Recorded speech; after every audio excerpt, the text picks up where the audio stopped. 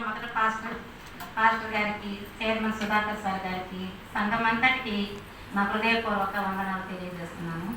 ఇప్పటి వరకు మనము సిలువలో మన యేసయ్య పలికిన 5 మాటలు మనము ఒక్కొక్కరి ద్వారా మనం విన్నాము. ఇప్పుడు మనం 6వ మాట మనము ధ్యానించుకుంటాము. యోహాను సువార్త 19వ అధ్యాయం 30వ వచనం. యేసు ఆ చిరక పుచ్చుకొని సమాప్తమైనదని చెప్పి తల వంచి ఆత్మను అప్పగించెను. ప్రార్థన చేస్తున్నాం. స్తోత్రంతో మమ్మల్ని ప్రేమించిన మా ప్రియ పరలోక తండ్రి, మీ పరిశుద్ధమైన జ్ఞానమైన నామమున వందనాలు స్తుతులు స్తోత్రాలు చెల్లించుకుంటున్నాం తండ్రి. నాయన ఇది మా అధికత కాదు ప్రభా, కేవలం తండ్రి నీ కృప తండ్రి. నాయన నీ కృపను బట్టి తండ్రి నేను వాక్యం తండ్రి నేను ధ్యానిస్తుండగా ప్రభా, నా తండ్రి నా హృదయాలను మీకు అంగీకారం అవడానికి కృపను తెచ్చండి ప్రభా. నా నోటిని పూరగా వాడుకొని తండ్రి నా హృదయాలను ప్రభా నా తండ్రి నన్ను తండ్రి పరిశీలించుకొని ప్రభా, నీ వాక్యానుసారంగా నీ చిత్తానుసారంగా జీవించే భాగ్యం తండ్రి నీ దాసరాలను మాకు దయచేయమని యేసుక్రీస్తు నామమున అడిగి వేడుకొంచున్నాను తండ్రి. ఆమేన్. సమాప్తమైనది. ఆయన ఇది చాలా చిన్న మాటగా మనకి కనిపిస్తుంది. సమాప్తము అంటే ఏమి సమాప్తం ఆయన చేశాడు. ఇది మనము ఇది ఆయన ఒక విజయపు వాక్కుగా మనం అది చూసుకోవచ్చు. అది చాలా చిన్న మాట. అది అందరం సమాప్తం ఏం సమాప్తం చేశాడు, ఏం సమాప్తం చేశాడు. అక్కడ ఉన్న జనాలు వాళ్ళందరూ అతన్ని అపహసించి దూషిస్తున్నారు కదా. వాళ్ళందరూ ఏమనుకుంటున్నారంటే ఇతని చాప ఇంకతో క్లోజ్ అయిపోయిందేమో, సమాప్తమైందని చెప్తున్నాడని అందరూ అక్కడ అనుకుంటున్నారు. కానీ ఆయన ఏమి సమాప్తమైనది, ఆయన ఈ పాయింట్ కోసమే ఆయన ఇంతవరకు 33.5 సంవత్సరం ఆయన జీవించాడు. ఆయన బెత్లెహేము నుంచి గొల్గొతా వరకు ఆయన తన తండ్రి పనుల మీదనే ఉన్నాడు. ఈ పాయింట్ కోసం ఇది ఒక విజయపు కేక, ఒక సాధించాలన్న అతిశయం. ఆ అతిశయంతోనే ఆయన సమాప్తమైందని చెప్తున్నాడు. ఆయన అదే యోహాను సువార్త 17వ అధ్యాయం 4వ వచనంలో చెప్తే ఏమి సాధించాడు, ఏమి సమాప్తం చేశాడు అంటే, చేయుటకు నీవు నాకు ఇచ్చిన పనిని సంపూర్ణంగా నెరవేర్చి భూమి మీద నిన్ను మహిమ పరిచితిని అంటాడు. తండ్రితో ఒక గంటల ముందు కావచ్చు, ఒక రోజు ముందు కావచ్చు, ఆయన గెస్సమైన తోటలో తన తండ్రికి ఆకాశం తట్టు పనులు ఎత్తి ప్రార్థన చేసుకుంటాడు. తండ్రి నువ్వు నాకు ఇచ్చిన పని అంతా నేను పూర్తి చేశానయ్యా, మొత్తం పూర్తి చేసి నేను మహిమపరిచాను. నేను మహిమపరిచాను కాబట్టి నన్ను కూడా నీవు మహిమపరచని ఆయన తన తండ్రిని అడుగుతున్నాడు. ఏమి ఆయనకి అప్పచెప్పాడు పని, ఏం పని అప్పచెప్తే ఆయన కంప్లీట్ చేశాడని మనము తెలుసుకుంటే లూకాసు వార్త 4వ అధ్యాయం 16 నుంచి 19 వరకు ఆయన వాడక చొప్పున నజరేతునికి వస్తాడన్నమాట. దేవాలయంలోకి వస్తాడు విశ్రాంతి దినమున.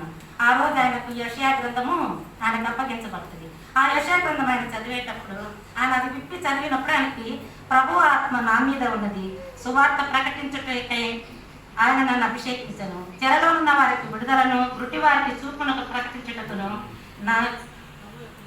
నలిగిన వారిని విడిపించుటకును, ప్రభు హితవత్సరం ప్రకటించుటకు ఆయన నన్ను పంపి ఉన్నాడని వ్రాయబడిన చోటు ఆయనకి దొరికింది. ఇది ఆయన పాయింట్ అనమాట. ఆయన ఈ లోకానికి ఎందుకు వచ్చాడు, తండ్రి ఏ టాస్క్ ఆయనకు అప్పచెప్పాడు, ఈ అనమాట. ఎలా అంటే ఆయన ప్రతి ఒక్కరికి సువార్త ప్రకటించాలా, గుడ్డి వారికి చూపు కలిగించాలా, నలిగిన వారిని విడిపించాలా, చెరలో ఉన్న వారిని విడిపించాలా. ఇదే ఆయన పని. అందుకే ఆయన దీని గురించి ఆయన చెప్తా సమాప్తమైనది అంటే ఇట్ ఈస్ ఫినిష్డ్ అంటున్నాడు. ఆయన ఏమి సమాప్తం అంటే ఇదే మార్కు సువార్త 1:38 కూడా ఆయన అంటాడు, వాళ్ళ శిష్యులతో అంటాడు, ఇతర సమీప గ్రామంలో మనం ప్రకటించుటకు వెళ్దాము రండి, ఇందు నిమిత్తమే కదా నేను ఈ లోకానికి వచ్చానంటున్నాడు. ఆయన చెప్తున్నాడు, ఆయన ప్రతి పని దీని నిమిత్తమే, నువ్వు నాకు ఇచ్చిన పని నేను పూర్తిగా నెరవేర్చాలా, నన్ను పంపిన వారి చిత్తము నెరవేర్చుటయు ఆయన పని తుదముట్టించుటయే నాకు ఆహారం అయి ఉన్నది అని అంటాడు. యోహాను సువార్త 4వ అధ్యాయము 34వ వచనంలో ఆయనదంతా ఏముందంటే ఆయన గోలంతా అది ముగించాలా, సమాప్తమైనదని తన తండ్రి పని తాను అప్పగించి ఆయన మొత్తం అప్పచెప్పి అతను ముగించాలనేదే ఆయన కోరిక. అంతే, దానికోసమే ఆయన ఈ 33.5 సంవత్సరం ఆయన జీవిస్తున్నాడు. తన తండ్రికి అప్పచెప్పాలి. ఎందుకు ఇంతగా ఆయన సమాప్తం చేయడానికి ఆయన ఎంత కష్టపడ్డాడు, ఎన్నో శ్రమలు గుండా, ఎన్నో వేదనలు గుండా ఆయన వెళ్ళాడు. అదే శ్రమలు మనం కూడా అంటాము. సమాప్తమైనది అని అనుకున్నప్పుడు కొంతమంది చనిపోయేటప్పుడు అంటారు, అరే నా పని అయిపోయిందిరా, ఇంకా నేను మధ్యలో విడిచి వెళ్ళిపోతున్నాను. ఇదే జీవితంలోనే మనం ఉంటాము. ఆయన అలా విడిచిపెట్టడానికి తండ్రి తనకు అప్పచెప్పిన ప్రతి పనిలో కూడా అయ్యో నేను ఇది మర్చిపోయాని, వెళ్ళేటప్పుడు ఇది విడిచిపెట్టినానే, మళ్ళీ వచ్చాను, మళ్ళీ సినిమా మీద ఉండడానికి వీలేదు కదా. ఆయన ప్రతి పనిని అదే కాన్సన్ట్రేషన్ మీద ఎంత చక్కగా ఆయన తన పనిని ముగించినట్టుగా మనకి కనిపిస్తుంది. ఆయన యోహాను సువార్త 10వ అధ్యాయంలో మనకు ఉంటుంది. ఆయన చెప్తుంటాడు, గొర్రెలు నేను నా అంతటా వాళ్ళు ఈ శిష్యులకు తక్కిన క్రింద ఉన్న వాళ్ళందరూ అతన్ని అవమానపరిచిన వాళ్ళు, అతన్ని సిలువ వేసిన వాళ్ళు అందరూ ఆ యూదులందరూ హేళన చేసి అనుకుంటున్నారు. వాళ్ళందరూ ఏమనుకుంటున్నారంటే నేను ఈయనని అప్పగించాము, ఇతన్ని మేమే చంపుతున్నామని వాళ్ళు అనుకుంటారు. కానీ ఆయనకు తెలుసు, ఆయనకి నా అంతటా నేనే దాన్ని, నా అంతటా నేను ప్రాణం నేను పెడుతున్నాను. ఈ అధికారం నేను ఎవరి వల్ల పొందాను? నా తండ్రి వల్ల నేను ఈ అధికారం పొందాను. ఎవ్వరు నన్ను చంపడానికి వీల్లేదు. ఆయనకై ఆయన తన ప్రాణం పెడుతున్నాడు. ఆయనకైనా ప్రాణం తీసుకునే అధికారం ఆయన పొందాడు. ఎందుకు వల్ల పొందాడంటే తండ్రి వల్ల నేను ఈ ఆజ్ఞని పొందానని ఆయన ఎంత నిర్మోహమాటకంగా ఆయన చెప్తున్నాడు శిష్యులకి. అంతకుముందు ఆయన మాట్లాడేటప్పుడు ఎవరు ఆయన ప్రాణాన్ని తీసుకున్న అధికారం ఎవరికి లేదు. ఆయన తన ప్రాణాన్ని తనే అప్పగించుకుంటూ తన సిలువను మోస్తూ మన పాప భారమై ఆయన ఈ లోకంలోనికి తండ్రి ఎందుకు పంపించాడు? ఆ పనంతా పూర్తి చేసి ఆయన ఈ లోకం విడిచిపెట్టిపోవాలి, అది ఆయన పని. ఇది చాలా చిన్న మాట అయినా, సమాప్తమైనది అన్న చిన్న మాట అయినా కానీ ఆయన ఈ సమాప్తం దాంట్లో సమస్తం ఆయన పూర్తి చేశాడు. చివరగా 7వ మాటలో తన తండ్రికి ప్రాణాన్ని అప్పగించి ఆయన వెళ్ళిపోయినట్టుగా మనకు తెలుస్తుంది. ఏమేమి సమాప్తం చేశాడు? ఇప్పుడు తండ్రి పని చేశాడు అని మనం ఇప్పుడు దాకా చెప్పుకున్నాం. తన తండ్రి పని ముట్టించుటే నాకు ఆహారం అంటున్నాడు. తన తండ్రి పనినంతా సమాప్తం చేశాను, భూమి మీద మహిమపరిచాను. ఏమి మహిమపరిచాడని మనం తెలుసుకుంటే రోమాపత్రిక 10వ అధ్యాయం 4వ వచనం ఉంటుందండి. విశ్వసించు ప్రతి వానికి నీతి కలుగుటకై ధర్మశాస్త్రానికి యేసుక్రీస్తు వారు సమాప్తి అయి ఉన్నాడు. ఎవరిని నీతి కలిగించడానికి ఆయన ధర్మశాస్త్రాన్ని సమాప్తి చేశాడంటే విశ్వసించు ప్రతి వారికి.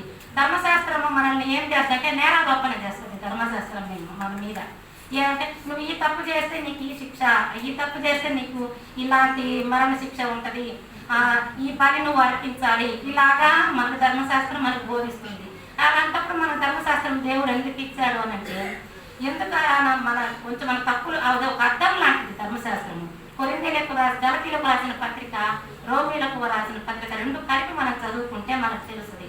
అది ధర్మశాస్త్రం మనకి ఎలా అర్థం లాగంటే మన తప్పునది మనకి ఎత్తి చూపిస్తుంది అనమాట. ఇప్పుడు మనం ఒక కుంటలో పడ్డామనుకోండి, అది ధర్మశాస్త్రం ఏం చేస్తుందంటే ఇదిగో నువ్వు ఈ తప్పు చేయబట్టి ఇది చేయబట్టి నువ్వు గుంటలో పడ్డావు ఇంతవరకే చెప్తుంది. కానీ ఆ గుంటలో పడ్డ మనిషిని బయటికి తీసుకురావటము ధర్మశాస్త్రం లేదు.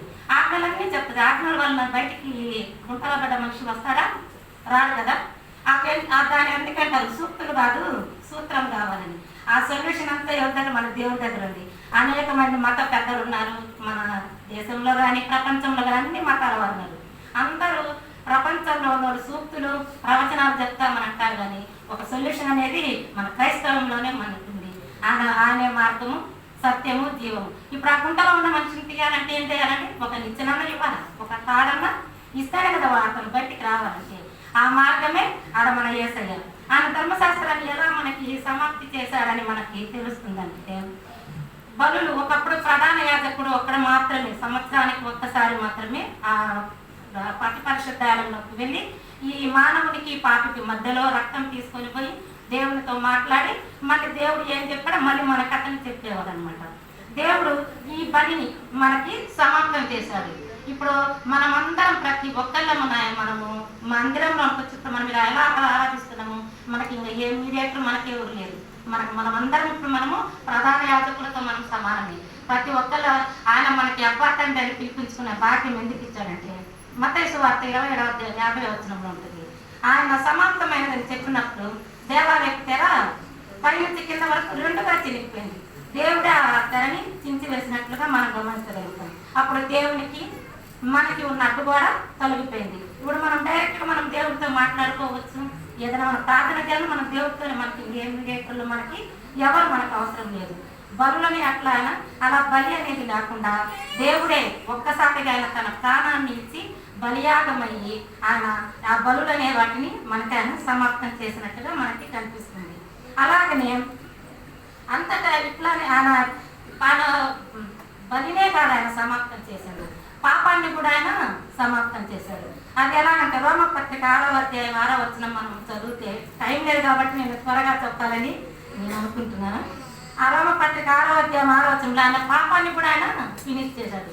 ఆ పాపాన్ని ఏం చేశాడంటే దాని దాసత్వంలోకి మనం వెళ్లకుండా దాన్ని మన ప్రాచీన స్వభావాన్ని సిలువకి ఆయన కొట్టివేశాడు.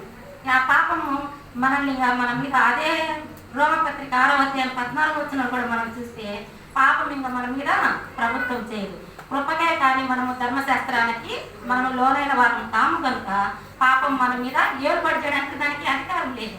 ఎందుకంటే దాన్ని ఆయన పాపాన్ని చంపివేశాడు. ఆయన ఇంకా నీకై నువ్వు ఆ పాపం చేయాలి, ఆ బుద్ధగుంటలో నేను పడాలి, నా జీవితం అంత ఇక్కడే ఉండాలి అనుకుంటే అది నీ కర్మ తప్పితే ఆయన మాట ప్రభుత్వం దానికి మన మీద ఎటువంటి అధికారం దానికి లేదు. ఎందుకంటే ఆయన శిలువ మరణం ద్వారా ఆయన పాపాన్ని చంపివేశాడు. అంతేకాకుండా మరణాన్ని కూడా ఆయన చంపివేశాడు. అది మరణాన్ని ఎలా చంపివేశాడంటే ఈ మత్తయి సువార్త 27 ఇందాక మనం చదువుకున్నాం కదా, 51-52 వచనంలో చూస్తే దేవాలయ తెర రాణి చినిగింది, బండలు భూమి వనకెను, సమాధుల బండలు బ్రద్దలాయననింది. అప్పుడు అనేక మంది పరిశుద్ధులు లేచినట్టుగా మనము వాక్యంలో మనము చదువుకుంటాము. ఎలా జరిగినది అందరూ అనుకుంటారు. పునరుద్ధానం రేపు మన ఈశ్వరు వచ్చినప్పుడు మనం అనుకుంటాం దేవుడు మరణాన్ని జయించి తిరిగి లేచాడని మనం అనుకుంటాం. కానీ ఆయన సిలువలో మరణాన్ని జయించాడు.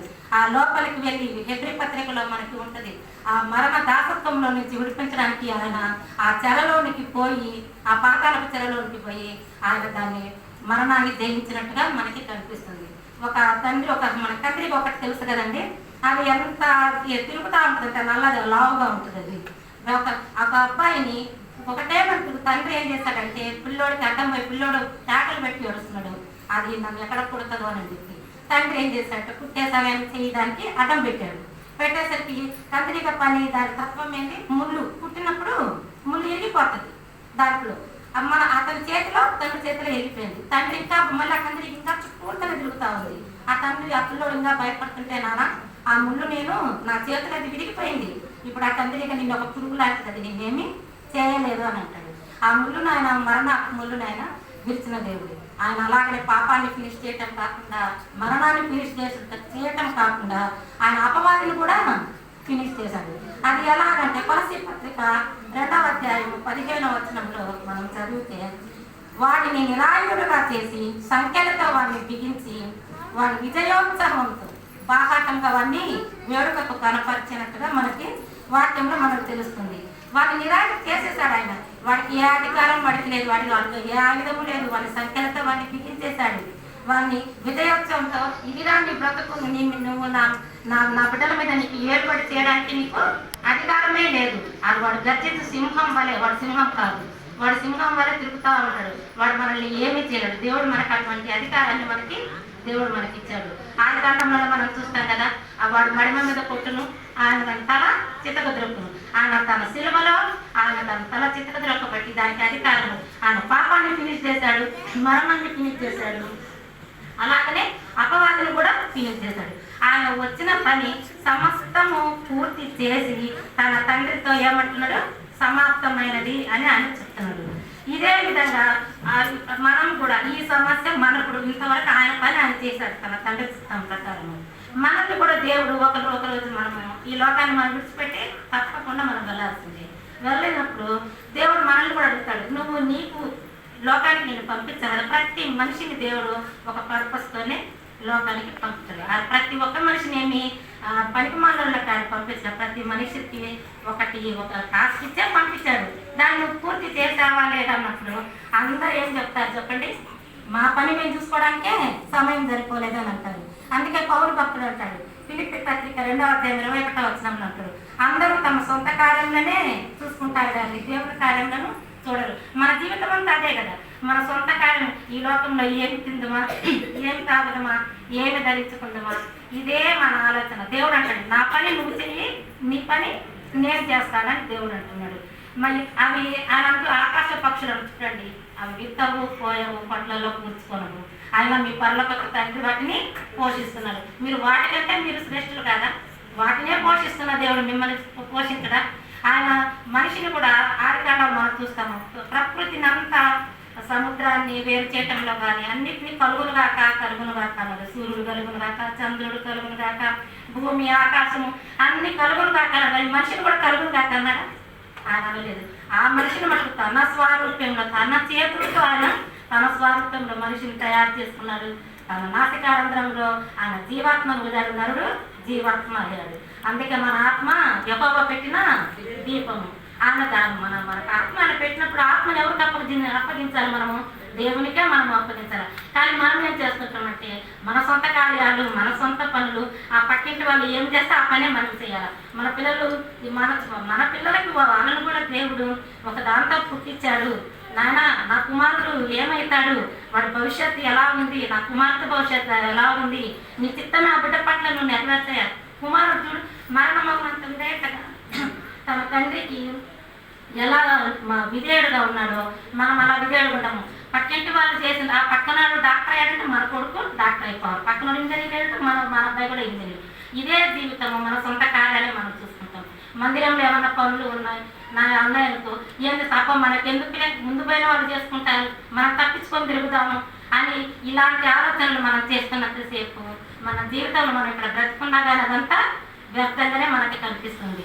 మనము ఒకటే మనం చేయాల్సిన పని ఏంటంటే, నా తండ్రి నువ్వు నన్ను ఈ లోకానికి పంపించిన నాటి నుండి నేటి వరకు నాయనా నీ పనుల్లోనే ఉన్నానయ్యా, నా సంపాదన అంతట్లోనైనా నేను ఎంత ఇవ్వగలను, నా శక్తి కొలది నేను నీకే ఇస్తున్నానయ్యా, నీ ప్రార్థనలోనే నేను గడుపుతున్నాను, నా కుటుంబాన్ని రక్షించుకుంటున్నాను, నా ఇరుగు పొరుగు వారిని నేను నా ఇరుగు పొరుగు వారి మధ్యలో ఒక మాదిరికరమైన జీవితాన్ని నేను జీవిస్తున్నాను, నీ పనుల మీదనే ఉన్నాను నేను ఎక్కువసేపు అని చెప్పి మనం ఎప్పుడైతే అలా మనం చెప్పగలుగుతామో అప్పుడు దేవుడు కూడా ఎంతగానో సంతోషపడతాడు. ఇప్పుడు తండ్రి వాళ్ళ కుమారుడు చెప్పాడు కదా సమాప్తమైనది తండ్రి అని, అటువంటి చెప్పే భాగ్యము ధన్యత దేవుడు మనందరికీ దయచేయను గాక. ఆమేన్.